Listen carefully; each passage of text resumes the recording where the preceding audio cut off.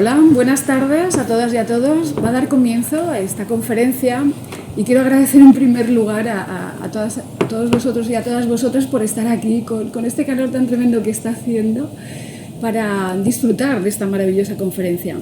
Es un placer darles la bienvenida en nombre del rector de la Universidad Politécnica de Valencia a este nuevo encuentro del ciclo La mujer en la gran aventura oceánica española que tan acertadamente impulsa la Fundación Jiménez Lorente. Hoy nos reúne una historia que ha permanecido demasiado tiempo en silencio, la de Ana María de Soto, la primera mujer en formar parte oficialmente de la Infantería de Marina Española. Una figura que, gracias al rigor de la historiadora Magdalena de Pachis, catedrática de la Universidad Complutense de Madrid, rescatamos del olvido para darle el lugar que le corresponde en la memoria de nuestra historia común. Quiero agradecer muy sinceramente a la presidenta de la Fundación, a Mercedes Jiménez, por su compromiso constante con la difusión del conocimiento histórico y científico. También al director de la Fundación, Francisco García, y a la coordinadora de actividades, Marisa, también estás por ahí, Marisa Jiménez, por hacer posible esta programación tan valiosa que conecta a la comunidad universitaria con relatos esenciales para comprender nuestro pasado y también para interpelar a nuestro presente. Gracias por mantener vivo este espacio de reflexión desde esta escuela, la Escuela Técnica Superior de Ingeniería Geodésica, Cartográfica y Topográfica, y por abrirlo al diálogo entre la ciencia, la historia y el compromiso con la igualdad, porque es un ciclo centrado en figuras femeninas. Les invito a disfrutar de esta conferencia y, sobre todo, a seguir reivindicando juntos la importancia de conocer, preservar y divulgar nuestro patrimonio cultural desde una mirada más inclusiva. Paso la palabra ahora a la presidenta Mercedes Jiménez para que nos presente a nuestra magnífica conferenciante. Gracias. Hola.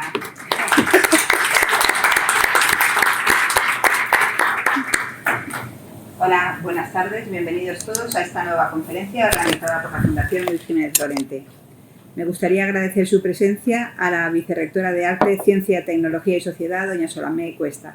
Gracias a su apoyo constante y decidido, podemos mantener e incrementar nuestra labor divulgativa de la historia y la cartografía. Agradecer también a don Francisco García García su labor como director. Es un privilegio para la Fundación poder contar con alguien de su valía. También a Marisa Jiménez por su implicación como coordinadora y a Juan Araque por permitir que podamos ver todas estas conferencias perfectamente editadas en YouTube, en el canal de la Fundación y al resto de miembros del patronato.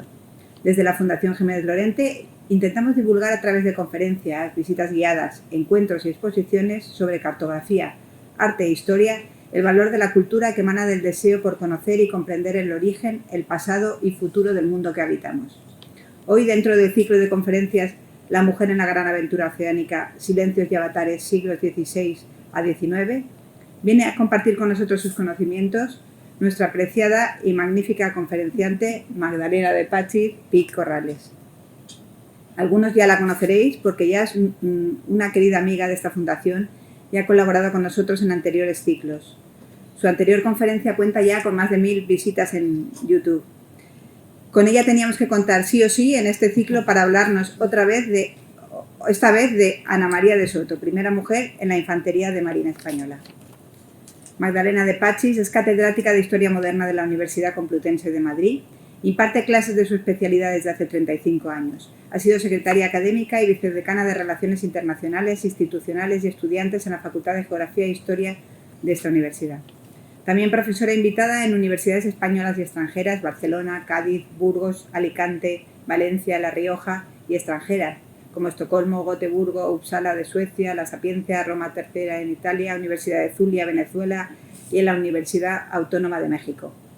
Sus principales líneas de investigación son la Marina y el Ejército de los Austria en los siglos XVI y XVII, las relaciones entre España y Suecia en la Edad Moderna, las órdenes religiosas en los siglos XVI y XVII y el sistema de seguridad, orden público y ejército en la España del siglo XVIII. Es autora de más de un centenar de publicaciones de su especialidad, libros, capítulos de libros y artículos en revistas especializadas que están presentes en índices y rankings de bases de datos y repertorios bibliográficos nacionales e internacionales. Ha participado en más de 30 proyectos de investigación financiados por entidades públicas y privadas, nacionales e internacionales, Igualmente ha participado en la organización de más de una treintena de actividades I+D, nacionales y extranjeras, al igual que en 40 ciclos de conferencias y seminarios y otras actividades de carácter nacional e internacional. Ha recibido el Premio Virgen del Carmen de la Marina Española en el año 1982, Diploma de Honor en el año 2009 en atención a los méritos por su investigación en los temas relacionados con la historia naval. Ha sido distinguida por la Real Orden de la Estrella Polar del Reino de Suecia por su contribución al fomento de las relaciones hispano-suecas a lo largo de la historia, y en el año 2019 fue nombrado Amiga de la Infantería de Marina desde diciembre de 2021 es académica de número de la Academia de las Ciencias y las Artes Militares. Bueno, os dejamos con su conferencia. Gracias. Yo creo que mis primeras palabras sean de agradecimiento a la Fundación Jiménez Lorente, en su nombre a Mercedes, a Paco, a Marisa, a Juan, por contar conmigo en esta actividad cultural que yo espero que sea de su agrado. Un agradecimiento que quiero hacerles extensivo a todos ustedes por pasar esta calurosa tarde aquí conmigo. Como figura antes de empezar, también me gustaría expresar mi alegría por encontrarme en Valencia. Es mi segunda casa, siempre lo digo. Yo vivo en Madrid. Bueno, como figura en la pantalla les voy a hablar de una mujer que seguramente quizás sea una gran desconocida para todos ustedes. Lo hago dentro de este ciclo de conferencias que tan acertada y precisamente han organizado desde la Fundación, que se llama, como ya han dicho, Ana María de Soto y Aldama. A ver si la tenemos por aquí. Quiero que conozcan su historia, una historia apasionante teniendo en cuenta que era una mujer y que ha pasado a considerarse la primera en la infantería de Marina Española. Aquí tenemos uno de los muchos barcos en los que pudo haber estado. Para ello yo voy a ir ilustrando mis palabras con una serie de imágenes y textos de la época y les invito, espero que no se mareen, a realizar conmigo un viaje en barco, pero además un viaje al pasado, al siglo XVIII, y que se embarquen conmigo para que entiendan por qué lo hizo, qué hizo, cuáles fueron sus aspiraciones, sus necesidades, sus ilusiones y su actuación justo a finales de este siglo. Para que puedan entenderlo mejor, cuando yo preparaba la conferencia, la he dividido en tres apartados. Los dos primeros van a ser más breves y luego me centraré en su figura. En primer lugar, ¿qué es lo que está pasando en España en esos momentos? ¿Por qué se llama siglo ilustrado, siglo XVIII? El papel de la mujer en la sociedad entonces. En segundo lugar, una segunda parte, la situación de la Armada Española, los barcos y las condiciones de vida de esos barcos, fundamentalmente. Y ya por último, y con mayor detenimiento, en la vida y en la obra de esta mujer. Con respecto al primer punto, estamos en el siglo XVIII, el siglo ilustrado, un periodo de la historia moderna que recibe el nombre de Ilustración. El gran filósofo alemán Immanuel Kant lo definió así: la ilustración o salida de la minoría de edad se define como la capacidad de usar la razón sin la guía de otros. Es, por lo tanto, la transición de la dependencia de las autoridades religiosas o políticas a la autonomía intelectual y moral. En otras palabras, o más sencillamente, es atreverse a saber. De esta afirmación se deduce que la Ilustración, por lo tanto, implicaba la libertad de usar la razón públicamente para formar opiniones y juzgar las cosas por cada individuo sin tener que depender de la influencia de otros. En definitiva, yo diría que era una lucha por la libertad de pensamiento y la emancipación de la ignorancia y del fanatismo que habían conducido épocas anteriores, ¿no? Este periodo del siglo XVIII se llama de diferentes formas en los distintos países que configuran la Europa de entonces, pero todos ellos aluden al periodo de la luz, de las luces. Es el Aufklärung en alemán, la Ilustración en francés, Enlightenment en Inglaterra o el Iluminismo en Italia. Y todos comparten los mismos rasgos esenciales: la confianza, la fe en la razón, la curiosidad, el optimismo, el desarrollo de las áreas y saberes científicos. Es la época de las expediciones, de los grandes viajes transoceánicos. Y desde el punto de vista político, se ha pasado en el siglo XVI de la monarquía autoritaria, en el siglo XVII la monarquía absoluta, con esa famosa frase que todos conocemos de Luis XIV, l'état c'est moi, el Estado soy yo, a lo que impera como régimen político en el siglo XVIII, al despotismo ilustrado. Todo para el pueblo, pero sin el pueblo. Me estoy riendo porque me está viniendo a la cabeza los últimos acontecimientos que estamos viviendo en la propia España. Parece que nos hemos ido 200 años hacia atrás. Bueno, los protagonistas de este periodo son sabios, pensadores, filósofos, propagandistas, periodistas, filósofos, literatos, incluso comerciantes de libros, que utilizan varios canales de difusión, la prensa, los libros de todo tipo, las tertulias, los clubes, que son siempre masculinos, los salones, los cafés, pero también esos canales de difusión se realizan a través de los grabados, de las logias masónicas que nacen en este periodo, de las sociedades científicas, los observatorios astronómicos, los gabinetes de historia natural o los jardines botánicos. Y en el siglo XVIII, o este siglo XVIII, al igual que los siglos precedentes, el XVII y el XVI, es lo que se viene denominando siempre, por cuestiones pedagógicas, antiguo régimen. Es decir, desde el punto de vista económico nos encontramos con una economía precapitalista, con un desarrollo tímido de los vehículos financieros, la aparición de los bancos, las bolsas, un comercio de globalización que puso en marcha España. Ese antiguo régimen tiene unas características sociales, que es que la sociedad está dividida en estamentos, no en clases ni en castas. Hablamos de privilegiados, el clero y la nobleza, y los que no son privilegiados, es decir, todos los demás. Y en esa sociedad la mujer tiene un papel de dependencia única y exclusivamente. Pasa de la tutela del padre a la tutela del marido. No hereda los títulos nobiliarios, su función está limitada a procrear. Si es de los grupos altos, va con sus damas a pasear a la iglesia y de la iglesia a casa, poco más. En el caso de los grupos nobiliarios, el objetivo de la mujer es procurar un heredero varón que herede el patrimonio familiar. En la monarquía, en la realeza, es para proporcionar un heredero que continúe la dinastía. Y en el caso de los grupos no privilegiados, pues para proporcionar más mano de obra. Ahora volveremos sobre las mujeres. Desde el punto de vista de las relaciones internacionales, debemos señalar una realidad que ocurre en España en el siglo, a comienzos, en 1700, al acabar el último descendiente de la dinastía que había estado en España después de los Reyes Católicos, la familia Austria o Habsburgo, y llega a España una nueva dinastía que es esta, la dinastía Borbón.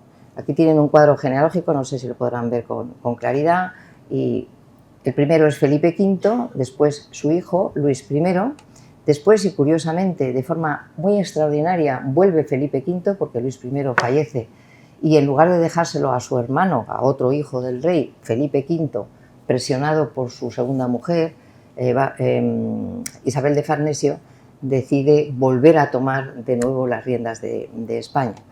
Después tendríamos a Fernando VI, el segundo de sus hijos, a Carlos III y a Carlos IV, que es el momento o es el reinado en donde transcurre la vida de Ana María de Soto. Decía, desde la perspectiva de las relaciones internacionales, España en el siglo XVIII se ve cuestionada como hegemonía, como imperio. Francia y España están aliadas por los llamados pactos de familia, porque ha llegado a España una familia que es Borbón, y en Francia reinan también los Borbón, de manera que hay pactos de familia, y Gran Bretaña es la gran nación enemiga a batir por ambos casos. En el siglo XVIII España tiene todo esto, todo lo rojo que está ahí señalado, que resulta extraordinario. Cuando algunos de la leyenda negra nos dicen es que España tenía ya un declive en el siglo XVII. No sé qué país ha tenido todo esto todavía en el siglo XVIII. Esto que ven aquí en rojo, España tenía más territorios, pero los ha ido perdiendo en la paz de Utrecht en 1713, y eso configura un nuevo mapa. En este mapa ustedes pueden ver las cesiones que esa paz de Utrecht ha obligado a España a ceder a sus enemigos. Gibraltar se queda en manos británicas, y en lo que se refiere a Menorca, pues entre 1708 y 1802 la isla estuvo 71 años bajo dominio británico, 15 bajo dominio español y luego 7 bajo dominio francés. A partir de 1708 ya fue española y hasta hoy. Espero, si las noticias de hoy en día no nos hayan cambiado de nuevo el mapa, ¿no? Sí, vale. Pues aquí tenemos de nuevo este mapa con las posesiones, la presencia española en el mundo entero. Segundo apartado de mi intervención, con respecto a la Marina, el espacio donde se mueve nuestra protagonista en este siglo XVIII español, pues ha evolucionado y además lo ha hecho favorablemente. Los secretarios de Marina que acompañan a la nueva dinastía, José Patiño, Juan José Navarro, el Marqués de la Victoria, Antonio de Valdés, son personas con notables capacidades, con grandes conocimientos de gobierno en el ramo que les toca, que van a hacer de la Marina Real una institución muy sólida en este siglo. De hecho, se van a crear nuevas ordenanzas para el Ejército, para la Marina, que son las ordenanzas de Patiño. Se reestructuran las escuadras navales, se crean las escuelas de guardia marinas, la más importante la de San Fernando en Cádiz, y todo ello son hitos en la España ilustrada. Es el periodo también de los grandes ingenieros navales que desarrollan sus prototipos y sus instrumentos, Jorge Juan, Antonio de Ulloa y tantos otros, y sus instrumentos, que España es una de las punteras junto con Gran Bretaña, los sextantes, los octantes, los cuadrantes, por supuesto el uso del astrolabio, los relojes de arena, los catalejos, la brújula, la esfera armilar. Les estoy poniendo en ambiente de esa navegación que vamos a hacer. Se desarrollan igualmente álbumes y escritos de construcción naval, en donde se van precisando cuáles van a ser los prototipos navales. Este es el de Juan José Navarro, el Marqués de la Victoria, cómo se van fabricando, y se perfeccionan los navíos de línea. Esto es un navío de línea precioso, San Juan Nepomucemo, 74 cañones, 2 puentes, construido en el Real Astillero de Guarnizo en Cantabria Oeste, que es el Santa Ana, 112 cañones, 3 puentes, y estamos hablando de 65 metros de eslora, es decir, de largo, y 18 de manga, es decir, de ancho. Son barcos de guerra de casco muy fuerte, muy bien preparados para castigar al adversario y para recibir los impactos de los cañones enemigos, por supuesto con una gran arboladura de velas, tres palos, estructurado en varios puentes que se llaman también baterías o cubiertas de cañones, y estamos hablando de entre 50 y 120 cañones. Se llaman navíos, o se llamaban navíos de línea porque iban en línea uno detrás de otro, y este prototipo fue el rey de los mares hasta comienzos del siglo XIX. En las épocas anteriores hablábamos de galeones, galeras y otras.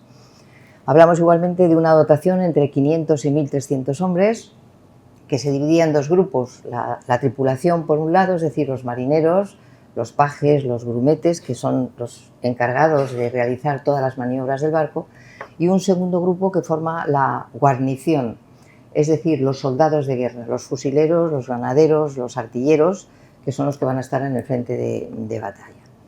En aquel periodo, en el siglo XVIII, se desarrolló otro prototipo naval y España se situó a un nivel prácticamente igual que el del inglés, y no es patriotismo. Estamos acostumbrados de haber perdido Trafalgar, sí, perdimos Trafalgar, pero eso no significa que España no tuviera una situación, una armada francamente extraordinaria.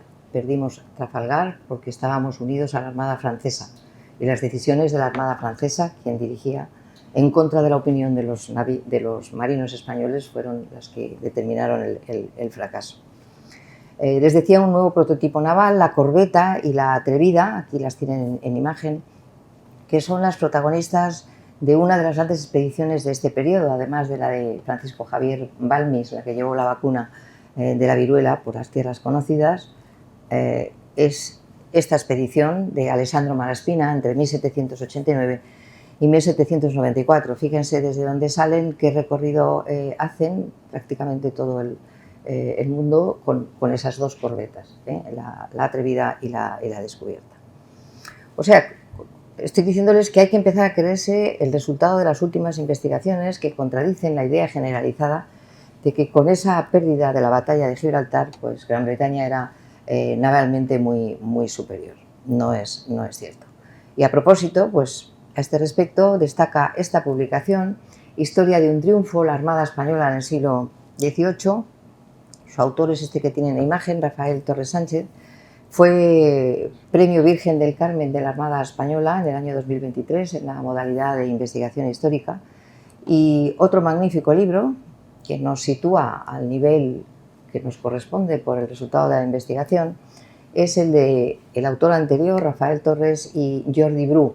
No sé si conocen a Jordi Bru. Jordi Bru es el que llaman fotógrafo de batallas. Hay un pintor de batallas que es Augusto Ferrer Dalmau, pero hay un fotógrafo de batallas que se llama Jorge Moreno, pero como vive en Cataluña lo llaman Jordi Bru y es como se ha quedado. Jordi Bru se va a los confines de la Antártida, a las banquisas despobladas del Ártico, para captar con su máquina de fotos las brumas, los lagos helados, las ciénagas, los valles, las montañas, y todo cuanto aparece lo va superponiendo en una serie de fotografías y se va y recorre toda Europa buscando grupos de recreación histórica que relaten en un momento determinado. Ahora veremos algunas de sus imágenes porque son realmente extraordinarias. Bien, pues ya les invito, sí, que suban a bordo, que viajen conmigo en una fragata o en una corbeta o en un navío de línea como meros espectadores. En el barco se van a encontrar con los oficiales de guerra que están al mando, el general, los comandantes, los alféreces de navío. Después están los oficiales mayores, que son los especialistas, como el sacerdote o el capellán, el médico, el piloto, el contador o el contable. A continuación siguen los oficiales de mar, que son los que ahora llamamos suboficiales, el contramaestre, el calafate de preparar a punto, el que se encarga de las velas, el velero, el carpintero.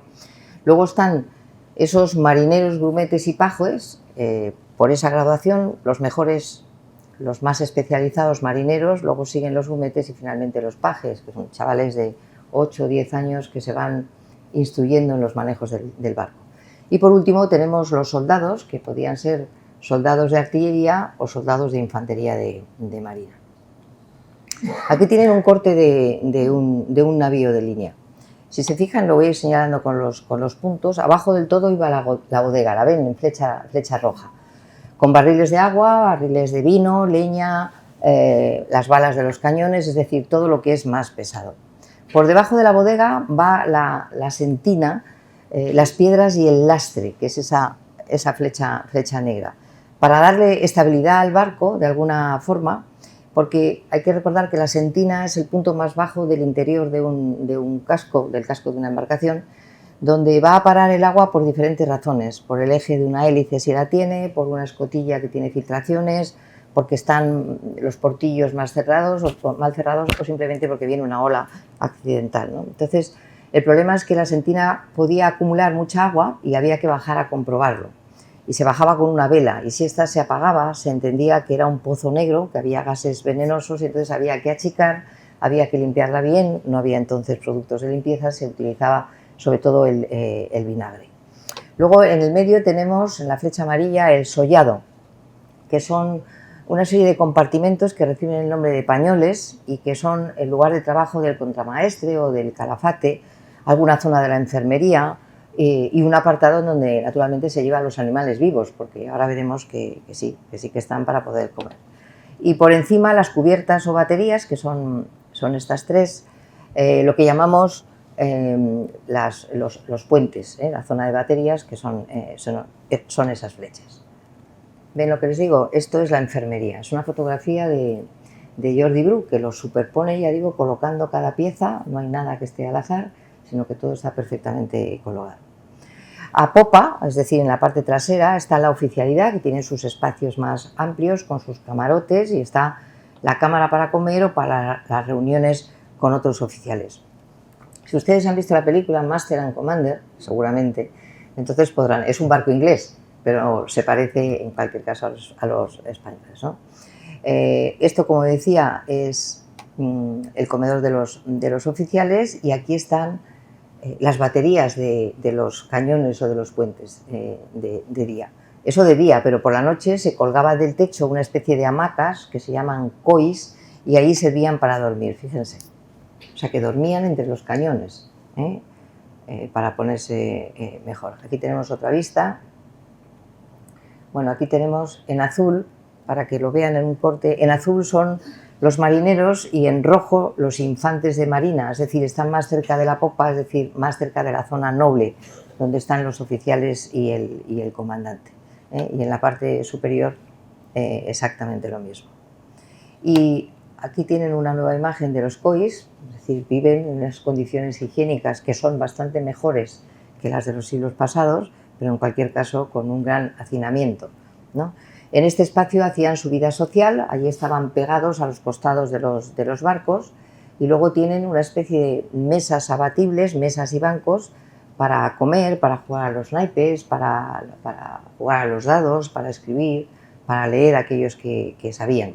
Es decir, era su lugar de expansión cuando no había un combate. Entonces se cerraba todo y al zafarrancho de combate se preparaban. Les estoy situando geográficamente cómo es un barco, las distintas estancias, y ahora cómo es la vida en el barco, para que ustedes se imaginen que Ana María de Soto hizo todo eso.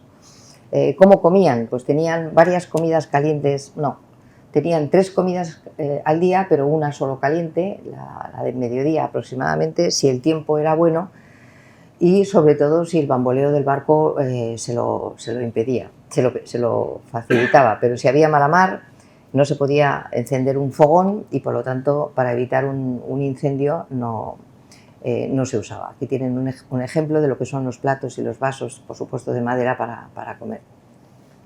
Había 3 clases de raciones en el buque. El primero estaba la carne salada, la cecina o el tocino.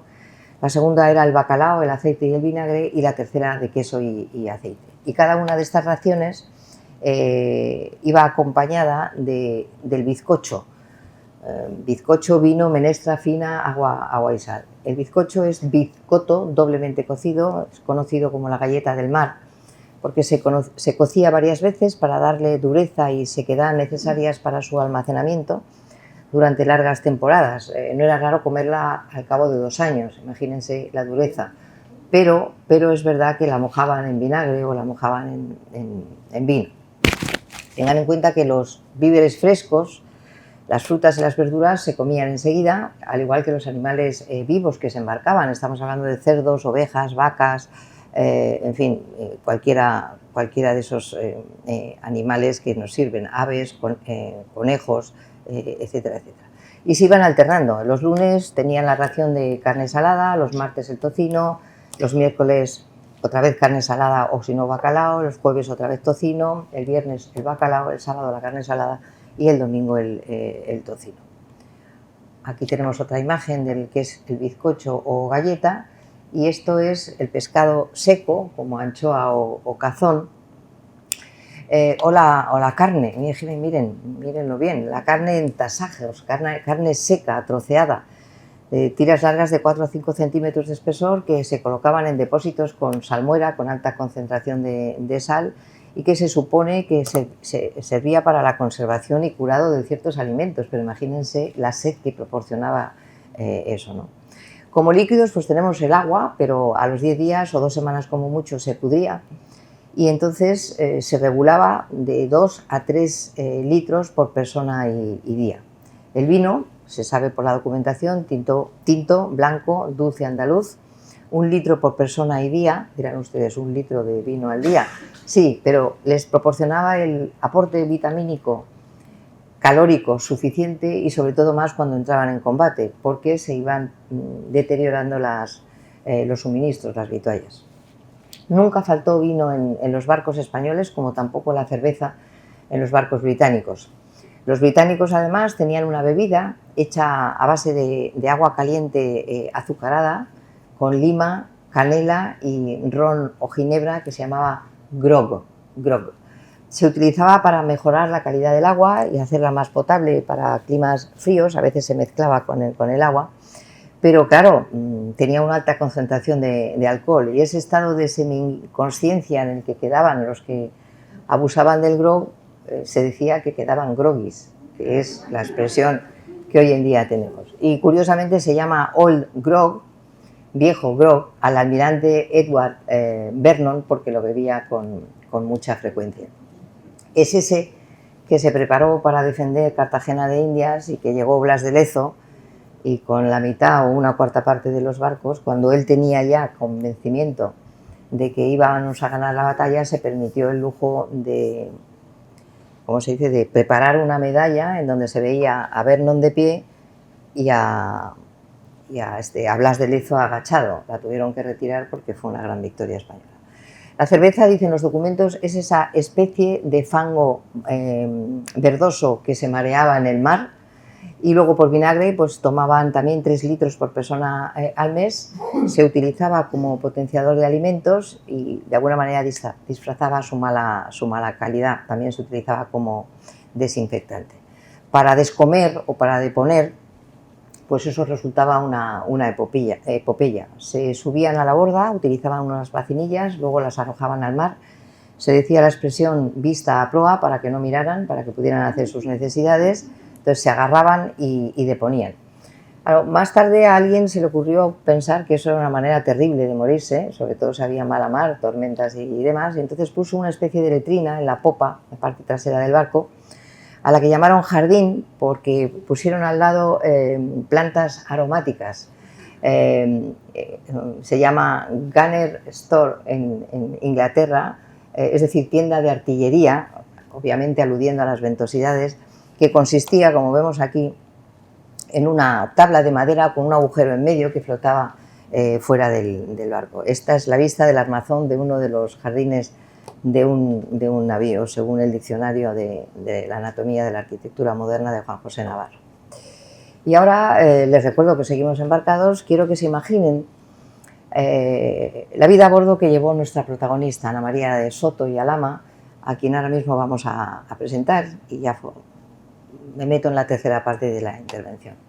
Quiero que se sitúen, que piensen en la inmensidad del mar, en la soledad, en el avistamiento del enemigo, el pavor antes de entrar en combate, los rezos, los ruidos ensordecedores de los cañones, el humo, la batalla, el cruce de disparos, la rutina antes de entrar en combate, en los largos días de inacción, los problemas propios de la convivencia entre la marinería y los oficiales y los soldados embarcados, o esa inadecuada dieta alimenticia como hemos visto. Fíjense qué imágenes. Estas vuelven a ser fotografías de Jordi Bru, para que vean la perfección de las imágenes.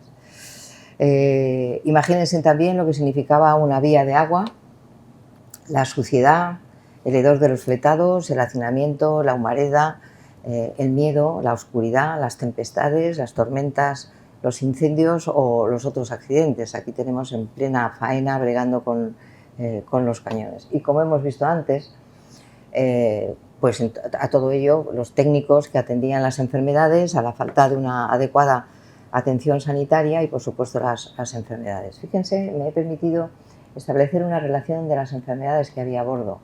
Disentería, tifus, fiebre amarilla, cólera, sarampión, viruela, infecciones de heridas, escorbuto, que fue lo que llamaron el azote de los marineros, y las septicemias frecuentes por un ambiente totalmente insalubre en las cubiertas y en el interior de las embarcaciones. De hecho, en la guerra hubo mucho más muertes por enfermedad que por combate. Pero no podemos olvidar a estas, los parásitos, chinches, pulgas, piojos, que convivían con los embarcados, que provocaban un sinfín de enfermedades. Y la falta de vitamina C a causa de no tomar durante mucho tiempo alimentos frescos o secos, provocó una de las enfermedades más graves, más frecuentes a bordo, aparte naturalmente del mareo, que fue la primera. Estamos hablando del escorbuto. Con el escorbuto se empezaban los primeros síntomas: las encías, la lengua hinchada, se caían los dientes, palidez, inflamación de los ojos, diarreas, desórdenes renales y un debilitamiento progresivo para acabar muriendo. Se les envolvía en su estera con un lastre, se lanzaban al mar, se decía que liaban el petate y allí que se marchaban. Estos son los síntomas del escorbuto de una lámina de un médico irlandés. Parece ser que fue un médico escocés llamado James Lind, en el siglo XVIII, el que propició o fomentó el consumo de cítricos que contenían mucha vitamina C. España tenía siempre en su botequín vitamina C, los británicos menos, por eso los británicos sufrieron más, ¿no? Bueno, pues vamos a conocer, que ya llevo tiempo hablando, a Ana María de Soto. La verdad es que la historia de las mujeres ha estado demasiado tiempo ausente del discurso narrativo. En muchas ocasiones, además, ha estado silenciada o por lo menos relegada por el peso de los relatos contados por hombres, en especial en el ámbito público. Es el caso particular de la historia militar, que son muy pocos los ejemplos de mujeres a cargo de la tropa o que hayan tenido una participación importante en algunas batallas. Eso no quiere decir que no existieran y que fueran capaces de destacar o de despuntar en el ámbito castrense y que desarrollaran una importante labor en el ejército. Por fortuna y paulatinamente el conocimiento y actuación de algunas mujeres se ha ido introduciendo en los que hasta entonces se consideraban espacios masculinos y en algunos casos en particular, en la esfera más varonil de todas, las mujeres se mezclaron entre los soldados ocultando su identidad femenina. La historia de España es muy rica en documentos y en testimonios de muchas mujeres valientes que lucharon con gran patriotismo y que se vieron obligadas a empuñar las armas. Yo no sé si yo he sacado algunas. Catalina de Erauso, la monja alférez, no vamos a hablar de todas ellas, tranquilas. Isabel Barreto, la primera mujer en ostentar el cargo de almirante en la historia de la navegación, del siglo XVI, ambas. Esta otra no existe una imagen, es una recreación. María la Bailaora en la batalla de Lepanto. Esta famosa, María Pita, en la defensa de La Coruña contra el ataque de Drake, también en el siglo XVI, o por supuesto las heroínas de nuestra guerra de la independencia. Agustina Raimunda, María Zaragoza Doménech, más conocida como Agustina de Aragón, pero también tenemos a Manuela Malasaña, a Clara del Rey. Esta es un precioso, ese es el busto, un busto que está ubicado en la plaza de Comendadoras, muy cerca de la que fue su casa, en la actual calle Valverde, en Madrid. Y o Benita Pastrana, cuya tampoco tenemos imagen.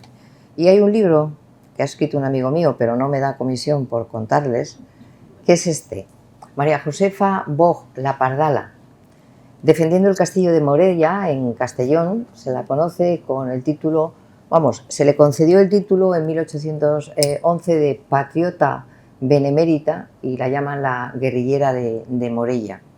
Este es el autor. El libro es una preciosidad porque nos habla de una persona que no se conoce, su historia personal, cómo ayuda a los españoles a la guerra de guerrillas contra los franceses. Resulta muy patriótico, pero además bastante objetivo en lo que se refiere a la investigación. Todos estos ejemplos que he señalado nos muestran que se está conociendo mejor la actuación de las mujeres y ya digo particularmente en el ámbito de la historia militar. Bien, la historia de Ana María de Soto está poco acreditada, algo más por una novela histórica que apareció en el año 2021, que no sé si la han leído, se llama La hija del mar, pero tiene unos subtítulos, una mujer dispuesta a luchar en un mar de hombres y la fascinante historia secreta de la mujer que se hizo pasar por hombre para ingresar en la Armada Española en 1793. Como decía al principio y como reza en el título de mi intervención, primera infante de Marina Española. Yo tengo la suerte de ser amiga de la Infantería de Marina, de la infantería. Me regalaron una bandera con mi nombre que tengo siempre en mi despacho y me hace mucha ilusión, ¿no?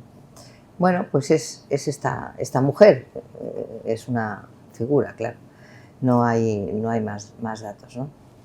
Marcó un hito y casi una odisea, porque fue una joven viviendo y combatiendo en un buque de guerra, sin ser descubierta, con las duras condiciones de vida en aquellos barcos que les he explicado, dispuesta, como dice el subtítulo, a luchar en un mar de hombres. Por lo tanto, yo creo que tiene un mérito excepcional. Este personaje consiguió alistarse en la 6ª compañía del 11º batallón de Marina por voluntad propia. Se hizo pasar por soldado y su historia, como digo, ha sido ignorada en la historiografía. Pero yo creo que hay que destacar los hechos principales, resaltando las capacidades de esta adolescente en el ámbito naval, porque logró alcanzar el grado de sargento mayor y obtuvo una pensión vitalicia gracias a su fragor en el combate y a su buen hacer y su historial militar. Pues bien, cuando llegó a mis oídos la existencia de esta mujer, quise investigar sobre quién era. Había noticias sueltas, pero de manera muy generales. Por ejemplo, en el año 2012, una periodista llamada Sandra Ferrer había escrito un libro titulado Mujeres en la historia. Hablaba de ellas sin dar mucha información. También lo decía en su blog, la llamaba la soldado estanquera. Luego un cronista de Montilla, de Córdoba, también la citaba, que a su vez citaba a otro coronel de infantería de Marina que había escrito un artículo en la Revista Española de Defensa en el año 2018 y también hablaba de la estanquera. Y así sucesivamente fui tirando del hilo. Algunos habían escrito, poca información, muchos se copiaban, con lo cual no se sabía con certeza lo que había, ¿no? Pero bueno, empezaron los primeros vídeos en YouTube, alguien que daba alguna conferencia por ahí suelta, y empezaban a contar en los medios, en los periódicos, en medios de información, todo esto, ¿no? Después, en el año 2016, Jesús Campelo Gainza, comandante de Infantería de Marina, que es profesor, es este que tienen en imagen, en varias escuelas de dirección de la enseñanza naval y que tiene una obra que se llama La Infantería de Marina, pues en varias entrevistas y en medios de comunicación, cuando se le preguntaban por el origen de este cuerpo, contaba algunas anécdotas y siempre nombraba el caso de Ana María de Soto. Eso en el año 2018. Después, en el año 2019, más medios de comunicación, Opinión Córdoba, El Trodebac de Valencia, La Razón o el Periódico, y todos repetían lo mismo, que era una mujer, Ana María de Soto, que se hizo pasar por hombre, que era una cordobesa, que quería vivir aventuras y poco más. Quizá algo más de credibilidad lo tuvo un coronel de Infantería de Marina, Gonzalo Parente Rodríguez, que escribió en la revista española que tienen aquí de defensa, pues una historia algo más creíble con apoyo documental, ¿no? Afirmaba que había sido descubierta siendo mujer por unas fiebres o porque recibió un disparo y tuvo que pasar por una revisión médica, y ahí se vio todo, ¿no? Pero bueno, como decía, en el año 2011 llegué al libro de Alicia Ballina, Hija del mar. Es una novela histórica, no es un trabajo de investigación histórica, quiero que esto quede aclarado. No obstante, es muy entretenida para leer, ¿eh? Sitúa a nuestra protagonista con muchas licencias dramáticas, no son siempre rigurosas, pero en un contexto histórico bien descrito, porque además la autora es periodista, pero es historiadora, es doblemente doctora en Historia del Arte y de Estudios en el Mundo Antiguo por la Universidad Autónoma y Complutense de Madrid. Es una mujer que ha trabajado en el Museo Sorolla, en el Museo Sefardí de Toledo, en el Ministerio de Cultura, en el Museo de América, y pertenece por oposición al cuerpo facultativo de conservadores de museos, ¿no? De manera que es una mujer que también fue directora técnica del Museo Naval de San Fernando de Cádiz. Bien, pues a partir del rastreo de documentos históricos en el Museo Naval de San Fernando de Cádiz y en el archivo que la Armada tenía hasta hace poco, que tiene de hecho todavía, aunque ya está vaciándolo todo para el nuevo archivo que está en la zona de campamento en Madrid, entre los cuadernos de embarque de los distintos buques que certificaron la presencia de esta cordobesa, pues efectivamente aparecía Antonio María de Soto. Y bueno, ella, Alicia Ballina, empezó a comprobar que figuraban en esos cuadernos de embarque pues nombres de personajes ilustres, protagonistas de grandes hazañas, y enseguida se dio cuenta de que no había ninguna mujer, y eso le chocó. Cuenta que al bajar a los almacenes del museo y revisar una serie de bienes culturales en cajas de madera preparados para ser inventariados, fotografiados y catalogados, pues se encontró con unos fondos que procedían del antiguo Departamento Marítimo de Cádiz, cuyo archivo había quedado además medio destruido en un incendio en 1976. Y allí localizó una pequeña caja llena de polvo, dice, que contenía un libro encuadernado en cartoné en buen estado de conservación, escrito a doble página, con plumilla, en tinta negra, y que aparecía por primera vez el nombre de la mujer. Y por eso ella decidió dar visibilidad, como se dice ahora, dar voz a una mujer invisible, ¿no?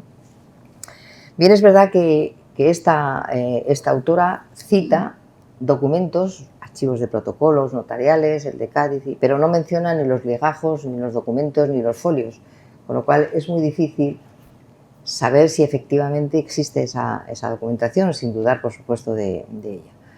Ella comenta que en el Museo Naval de San Fernando hay un pequeño espacio dedicado a la figura de Ana María de Soto, que es un acrílico que lo muestra de manera idealizada, como están viendo en pantalla, vestida con el uniforme de granadero, y que es una obra de Amparo Alepuz, que es una artista que trabaja con la fotografía y la pintura de ilustración y es política, ha estado o ha postulado para alcaldesa de, no sé si de Altea, me parece. Bueno, y aquí tenemos el espacio del Museo Naval de San Fernando, que está dedicado a Ana María de Soto, y aquí algunos modelos de navíos de línea, también en San Fernando. Y el cuadro que representa una de las batallas navales, que es la del Cabo de San Vicente, en la que nuestra protagonista participó en 1797. Aquí también tenemos conservado el certificado de bautismo y el de defunción. Se sabe que Ana María nació en Aguilar de la Frontera, al suroeste de la provincia de Córdoba, el 16 de agosto entre 1775 y 1777, no hay más datos, pero seguro a finales del siglo XVIII, y que era hijo, aquí, en este precioso pueblo, Aguilar de la Frontera, era hija de Tomás de Soto, o Sotomayor Salas, y de Mencía Gertrudis de Alama García. Parece ser que sus padres regentaban un horno de pan, por lo que se deduce de ello que tenía un origen muy humilde. Este sigue siendo otra imagen del pueblo. Cabe la posibilidad que seguramente desde niña se sintiera atraída por el mundo militar, dada la pasión por los conflictos bélicos, las expediciones, la idea de surcar los mares a bordo de navíos, que en sus juegos infantiles practicaba con su hermano Antonio, con espadas de madera construidos con ramas de olivos. Hay quien asegura, no obstante, también que quizá algún idilio de amor no correspondido u otro motivo fueron las razones que impulsaron a esta mujer a cometer en aquella época semejante osadía, algo desde luego muy poco probable dada su juventud y sobre todo el carácter de una mujer de aquel periodo. En cualquier caso, yo creo que debido a la escasez de trabajos escritos sobre ella y por la exigua información testimonial con la que contamos, solo podemos hacer conjeturas sobre el motivo que le pudo llevar a formar parte de la Marina Española. Hoy en día las razones de su embarque continúan siendo un total enigma, pero hagamos un ejercicio de imaginación y pensemos en una infancia que no debió ser fácil. La suponemos ayudando en las faenas del hogar como mujer, levantándose temprano, limpiando el corral, dando de comer a las gallinas, adecentando la casa y, en fin, realizando otras labores propias de lo que se exigía a una mujer. En su niñez y en su primera juventud, como he dicho antes, su hermano Antonio había tenido ya un interés especial por escuchar o por leer las historias de marinos y de los grandes hombres valerosos que surcaban los mares en aquel periodo. Hay que tener en cuenta que estamos a finales del XVIII, España fue protagonista de más de 60 expediciones a todos sus territorios, y ya conservaban del abuelo algunos libros desgastados que también leyeron. Ana María fue creciendo en este ambiente, soñando con seguir las gestas de los hombres pasados, chocando, claro, ese sueño con su condición de mujer, aunque él ya tuvo siempre un aspecto poco femenino, pelo corto, dicen las fuentes, desaliñado, 1,75 de estatura, que es enorme, muy alta para una mujer. Para servir en el ejército en el siglo XVIII se necesitaban hombres de unas medidas que se establecían en pulgadas y pies, y se permitía a hombres de 1,58 en adelante y se hablaba de altos, o sea que esta mujer estaba muy, muy alta, ¿no? Apenas había desarrollado sus atributos de mujer, tenía 16 años, no le importaba, consideraba, según nos suponemos, que ser hembra era pues, una de las más amargas de las suertes, porque lo que le podía esperar era un matrimonio concertado con su padre, por su padre, y por lo tanto condenada a la vida que el resto de las mujeres tenían hasta en ese momento. Efectivamente, el padre logró concertar un matrimonio. Ella quedó horrorizada y por eso tomó la decisión de huir de su destino. Y aprovechando que había ido desde Aguilar de la Frontera a Montilla por un encargo paterno, pues oyó a unos hombres armados vestidos de uniforme que la Armada del Rey, de Carlos IV, necesitaba hombres para luchar por Dios, por su patria y por su rey. Esos hombres además instaban a que no debían desaprovechar la oportunidad que se les brindaba, con la probabilidad de servir pues, con honor a su soberano, tendrían un salario, y solicitaba que se dirigieran a la isla de León, a San Fernando en Cádiz, para su alistamiento. Eran tiempos en los que la monarquía necesitaba hombres con urgencia porque se estaban proyectando varias operaciones militares de considerable importancia y de altura contra los británicos. Entonces Ana María tomó la decisión que habría de cambiar su vida y por supuesto la de su familia. Y decidida a no dejarse arrastrar a un matrimonio infeliz y sometido, supongo yo, pues iniciaba un camino sin duda alguna espinado, dificultoso, que jamás hubiera pensado que podría recorrer. Sin llegar a la edad adulta, con 16 años tan solo, la mínima para estos casos, abandonó su villa natal con deseo de ver mundo, ocultó su identidad femenina, se hizo pasar por hombre y sin dinero en los bolsillos ni más ropa que los harapos que llevaba, se dirigió hacia su destino. Como les he dicho, se alistó en la 6ª compañía del 11º Batallón de Marina de granaderos por voluntad propia. Era la antigua designación de lo que hoy se conoce como los infantes de Marina. Y lo hizo en julio del año, el 26 de junio de 1793. Hago un inciso porque por aquel entonces en la infantería de Marina se encontraban los fusileros y los granaderos. Aquí tienen una relación de los que son.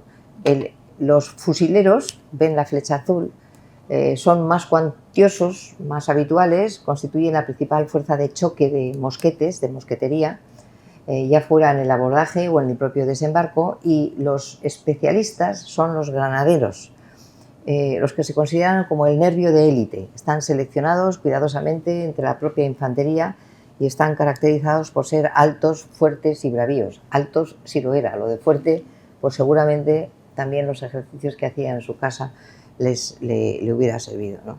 Bueno, al cargo de estos granaderos estaba el lanzamiento de granadas, de bombas incendiarias a los navíos enemigos. Naturalmente era una profesión arriesgada, con el riesgo de su propia vida, por lo que su esperanza vital solía ser muy, muy baja. Bien, nuestra protagonista figuró ser hija de Tomás, consta en su hoja de servicio, tener el pelo castaño y los ojos pardos. Y se hizo pasar por un joven barbilampiño con el seudónimo de Antonio María de Soto, porque de lo contrario nunca hubiera podido participar, las mujeres estaban totalmente excluidas. Nadie percibió el engaño. La joven fue capaz de trasladarse a pie por su cuenta esos 230 kilómetros, más o menos desde su lugar de origen hacia su destino, una distancia que se considera casi impensable para un hombre, pues para una mujer de aquella época y de esa edad, pero en cualquier caso pasó inadvertida para sus compañeros de regimiento. En el cuaderno número 4 de la guarnición de la fragata Nuestra Señora de las Mercedes, del año 1793, donde sirvió, encontramos por primera vez el nombre de Ana María de Soto como soldado de infantería y dice así: Antonio María de Soto, hijo idem de Tomás, natural de Aguilar, en Córdoba. O sea que ese dato está absolutamente. Esta es la imagen de la fragata Nuestra Señora de las Mercedes que se encuentra en el Museo Naval de Madrid. Bueno, con ese nombre inició su peripecia, su carrera militar, por 6 años en principio. Recibió la instrucción propia de los infantes de Marina, tenía que hacer las guardias, rendir honores, combatir por tierra, por mar, es decir, todo lo necesario para que pudiera estar en el mismo nivel y con la misma condición que sus homólogos masculinos. Nadie sabía que era una mujer, repito. Debía enfrentarse a un incierto destino, con riesgo, por supuesto, de perder la vida en alta mar.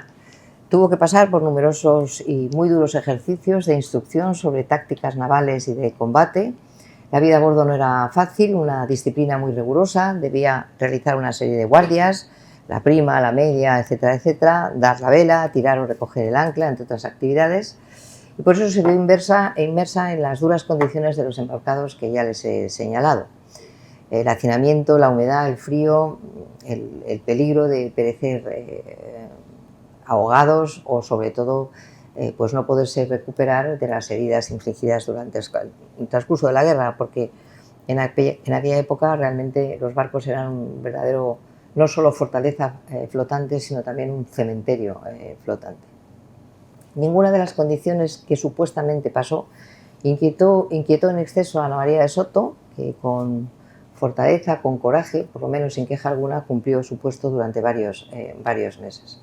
Aquí tenemos otra imagen de la fragata de Nuestra Señora de las Mercedes. Un barco provisto de 34 cañones que realizó diversas campañas de escolta y vigilancia de las costas españolas. Bueno, puso rumbo hacia el Mediterráneo en un primer objetivo para acabar con los franceses que estaban hostigando la zona de Figueras. Aquí tenemos lo que era o que podía ser los enfrentamientos franco-españoles. Me dirán ustedes, si hace un momento la gran enemiga era Gran Bretaña, sí, pero es que Napoleón y Carlos IV jugaron muchas veces al despiste y a veces eran amigos, pero a veces eran enemigos, porque cambiaba eso en una fracción de segundo. Entonces, primero eran enemigos de los franceses hasta que definitivamente nos unimos, España y Francia, para luchar contra los ingleses, fundamentalmente. Por aquellos años, como digo, España participaba en un conflicto europeo contra la Francia revolucionaria y España formaba parte de diversas coaliciones que veían cómo los aires turbulentos revolucionarios franceses podían invadir Europa, y era algo que estaba mal visto y sobre todo era motivo de preocupación, porque eran todas monarquías autoritarias, ¿no? Déspotas ilustradas.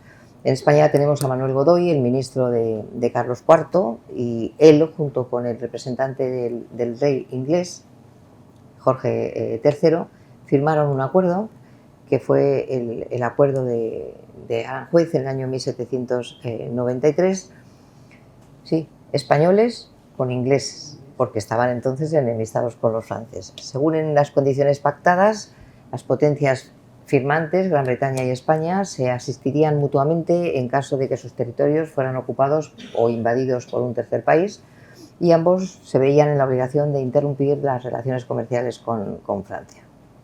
Claro, el alineamiento de España con Gran Bretaña suponía un camino totalmente distinto al que hasta entonces había mantenido España y Gran Bretaña, pero eso es fruto de lo que es la política. Los que somos amigos dejan de serlo. De la vida militar de ella se conoce poco más. Sirvió durante 5 años como granadero en esa referida compañía y batallón. Después embarcó en otra fragata, a continuación en el navío Balbina.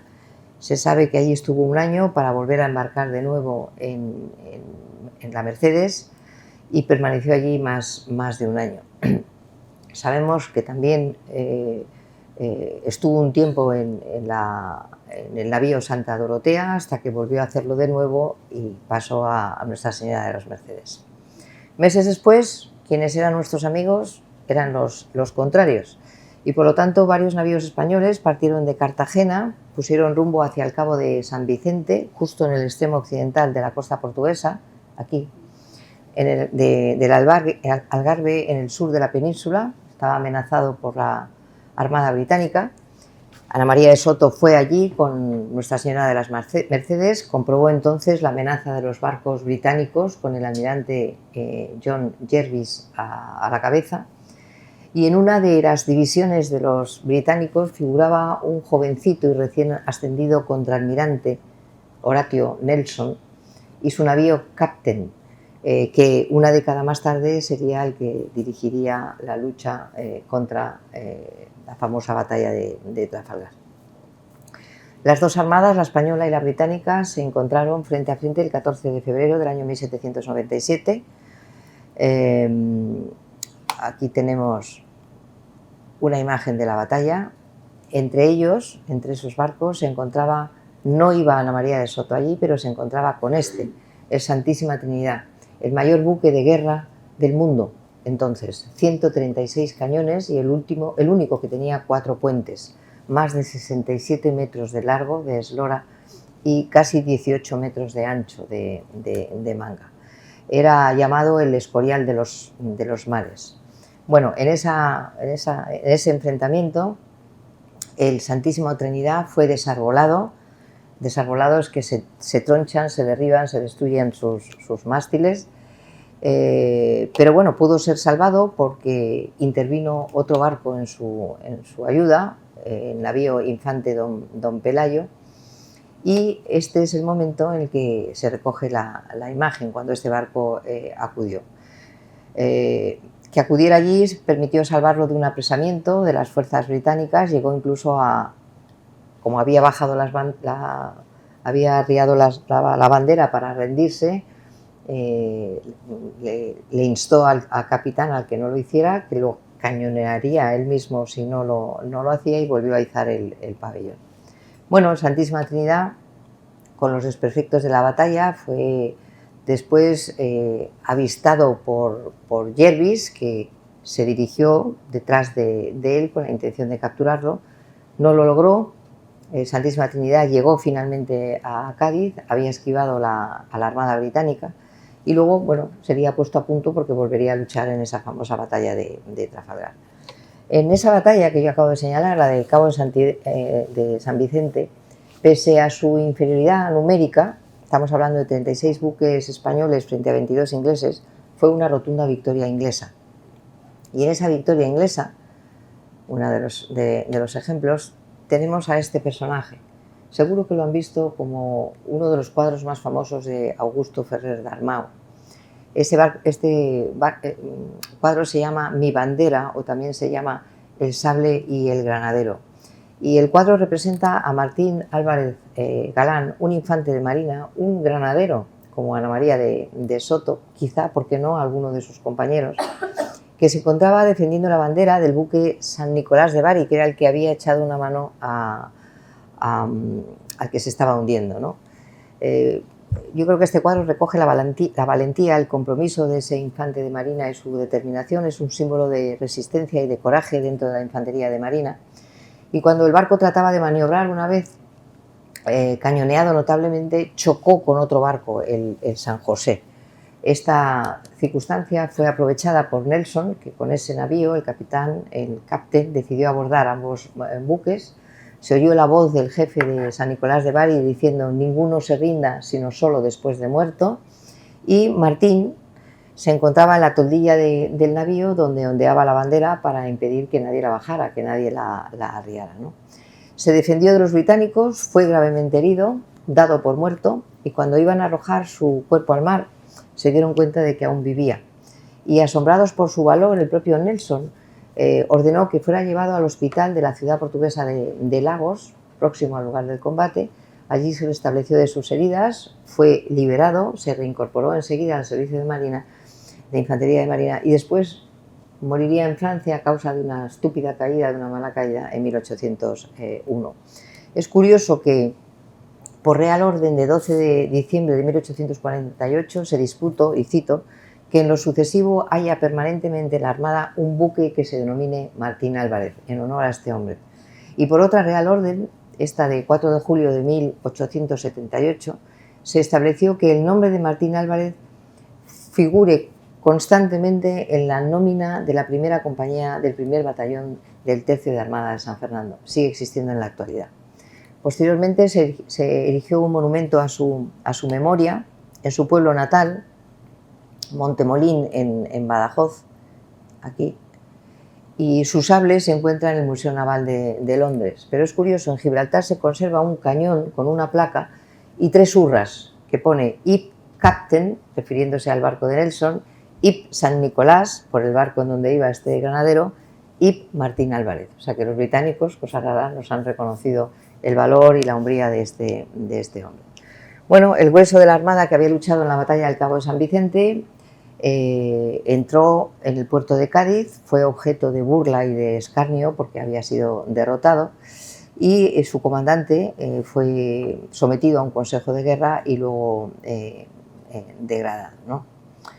Y podemos conjeturar, a lo mejor soy un poco novelera, pero podemos conjeturar el horror que vivió nuestra joven artillera, con los heridos, que se debían contar por lo menos medio centenar, los cuerpos desgarrados, amputados, esparciéndose por la cubierta como un cementerio flotante, casi a la deriva. Ese olor a pólvora, el olor a sangre que resulta asfixiante, el aire irrespirable que he dicho yo antes, el estruendo de los cañones, la humareda, las moscas revoloteando por los cadáveres, las tenuas voces de los moribundos y el silencio más absoluto cuando fallecen, ¿no?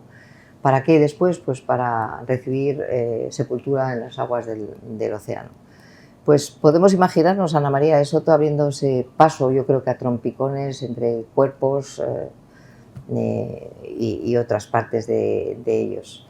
Y podemos imaginarnos en su memoria que pensara que nadie esperaría a un padre, a un hermano, a un marido, porque las fuerzas enemigas se habían impuesto. Pues bien, en su retirada hacia Cádiz, fueron sorprendidos por un fuerte temporal, a la vez que los barcos ingleses les seguían persiguiendo, trataban de interceptarlos, porque el objetivo británico era sacarlos del puerto de Cádiz a mar abierto y por lo tanto destruirlos, ¿no? Y la defensa del puerto de Cádiz estuvo organizada por este hombre, el general de la Armada, José de Mazarredo, teniente general de la Real Armada.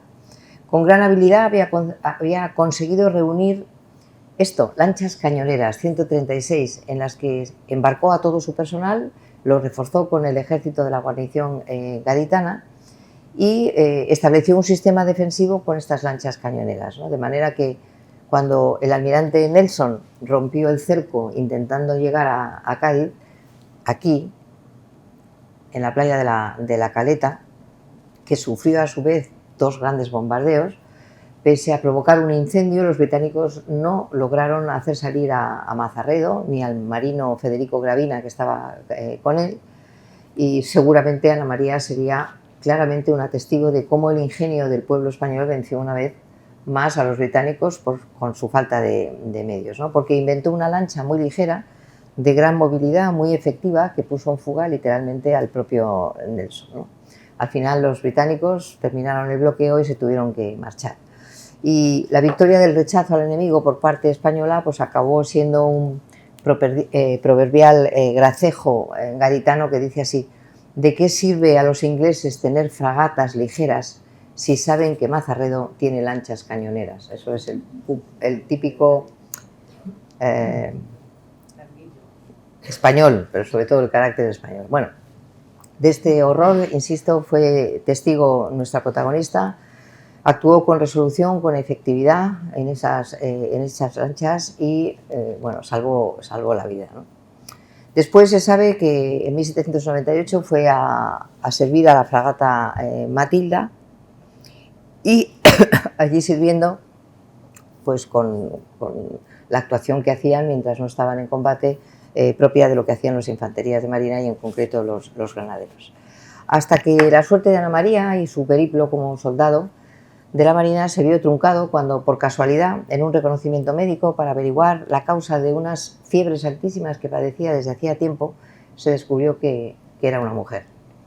De este modo se reveló inevitablemente su condición femenina, tuvo que reconocer su propio nombre, que era Ana María de Soto y no Antonio María. Su comandante lo primero que hizo fue dar parte a las más altas instancias y, enterado el general Mazarredo, dio orden inmediatamente de que desembarcara. Evidentemente, insisto, no estaba permitido la presencia femenina a bordo, y menos en un buque de guerra, pero es que además lo había hecho con premeditación y lo había hecho con engaño. Por lo tanto, terminaba así su aventura como miembro de la Real Armada. Aquí tenemos las pocas imágenes que he podido rescatar.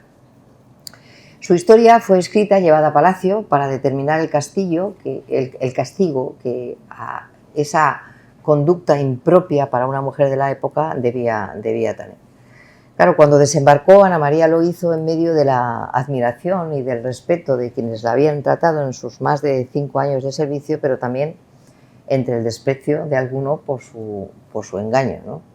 Pero muy lejos de ser humillada o sometida a escarnio público, un documento que firmó el rey, fechado el 4 de diciembre de 1798, recoge que Carlos IV, informado de la heroicidad de esta mujer, de su conducta durante los años de servicio, le concedía 2 reales de vellón, era todo un lujo en aquella época, como pensión vitalicia, y podía usar los trajes propios de su sexo y los colores del uniforme de marina como distintivo militar. También se le otorgaba el grado de sargento mayor, un honor y un reconocimiento muy notable, muy poco frecuente y más en una mujer. Recibía la licencia absoluta el 1 de agosto de 1798 y se le daba el visto bueno para que regentara un estanco en la localidad cordobesa de Montilla, en la plaza de Sotollón, de la que podría disponer hasta su muerte. Yo creo que fue una compensación por la labor de esta valerosa mujer para que pudiera llevar estas franjas rojas y sardinetas propias de la infantería de marina. Así lo decía la disposición legal. Voy terminando. Con esta fecha digo al comandante general de la escuadra del Océano, don José de Mazarredo, habiendo dado cuenta al rey de cuanto vuestra excelencia expresa en su carta del 13 del presente mes, que trata sobre lo acontecido con Ana María de Soto, que ha servido bajo el nombre de Antonio de Soto, soldado de la 6ª compañía del 11º batallón de marina, y enterado su majestad de la heroicidad de esta mujer, la acrisolada conducta y singulares costumbres con que se ha comportado durante el tiempo de sus apreciables servicios, ha venido en concederle 2 reales de vellón diarios por vía de pensión y al mismo tiempo que en los trajes propios de su sexo pueda usar los colores del uniforme de marina como distintivo militar. También su majestad ha venido en concederle el grado de sargento primero por haber servido en los batallones de marina como soldado voluntario durante 5 años y 4 meses, para que pueda atender a sus padres. Y luego decía, San Lorenzo, a 4 de diciembre de 1798. Lo firmaba el ministro de Marina de entonces, Juan de Lángara. Ana María dejaba así su carrera militar.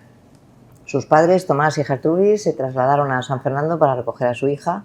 Con una situación económica delicadísima, tuvieron que viajar pidiendo limosna.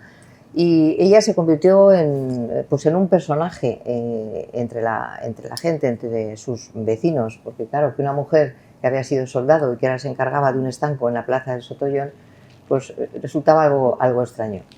Parece ser que ella alquiló una casa pequeña y humilde de una sola habitación, con un pequeño aseo, una cocina, en donde pasaba la mayor parte del tiempo. Se levantaba temprano, atendía al estanco, los pedidos, realizaba los arqueos de las mercancías, vendía tabaco a cuanto se lo solicitaban, se dejó el cabello largo, vestía como una mujer, pero con alguno de los distintivos, y poco más se sabe de ella. Se sabe que falleció en Montilla, 1833, a la edad de 58 años, sin casarse, sin haber tenido hijos, siendo conocida por todos como la soldado estanquera. Sí se conoce que entre 1809 y 1813, es decir, en plena Guerra de la Independencia, tuvo que reiterar a la administración varias peticiones porque no se le estaba abonando la pensión concedida, y ya después, en 1819, se le retiró el disfrute del estanco con el pretexto de que no podía cobrar 2 sueldos. Eso también me suena de la actualidad. Bueno, pero bueno, hay documentos contradictorios porque en el año 1828, sigue apareciendo ella como titular del estanco. Fue enterrada en el camposanto asignado a los hermanos de la Cofradía de Nuestra Señora de la Aurora, y según Alicia Ballina, nombró como heredera a Antonia Pérez de Luque, que era una niña pequeña que ella había acogido y que la había cuidado hasta su fallecimiento. Uno de nuestros más insignes marinos, Cesáreo Fernández Duro, nos dice lo siguiente de esta mujer. Dice: a las órdenes de los generales Gravina, Córdoba y Mazarredo había servido con buena nota un soldado de infantería de marina afiliado en la 6ª compañía del 11º batallón, con nombre de Antonio María de Soto, natural de la villa de Aguilar, en el obispado de Córdoba, y de edad de 16 años al sentar plaza de voluntario el 26 de junio de 1793. hallóse en la campaña de Cataluña, en la defensa y evacuación de Rosas, en el combate naval del Cabo de San Vicente y en las operaciones de fuerzas sutiles de Cádiz. Hasta el 1 de agosto de 1798, día en que, delatándose mujer, solicitó y obtuvo licencia absoluta, maravillando a los que habían sido sus compañeros y mucho más a sus jefes, por cuyos informes premió el rey las condiciones de la amazona con pensión vitalicia, merced de uso de insignias militares y grado de sargento primero. Bueno, pues como ha pasado con tantos otros héroes nacionales y más concretamente con heroínas, la historia de esta mujer es bastante desconocida, al menos para los historiadores, ya lo he dicho al principio de mi intervención. Por eso quería traerla aquí para que su relato fuera contado y que no cayera en el olvido. En el año 2017 se instituyó en la Subdelegación de Defensa en Córdoba el premio Ana María de Soto en recuerdo de su hazaña. Es un galardón que reconoce la especial colaboración y apoyo de personas o instituciones a esta institución, y yo creo que es el primer paso de muchos, por lo menos yo confío y espero, que han de darse para reivindicar las hazañas de las mujeres olvidadas por la historia. Mi deseo es que las palabras de hoy hacia ella, mis palabras hacia ella, sirvan de agradecimiento a quienes se han ocupado de una u otra forma de reivindicar su papel, y que lo que se ha dicho aquí vaya en su memoria y en su recuerdo a una mujer única en su tiempo que vivió con el valor de quien no se conformó con un destino establecido. Nada más, muchas gracias.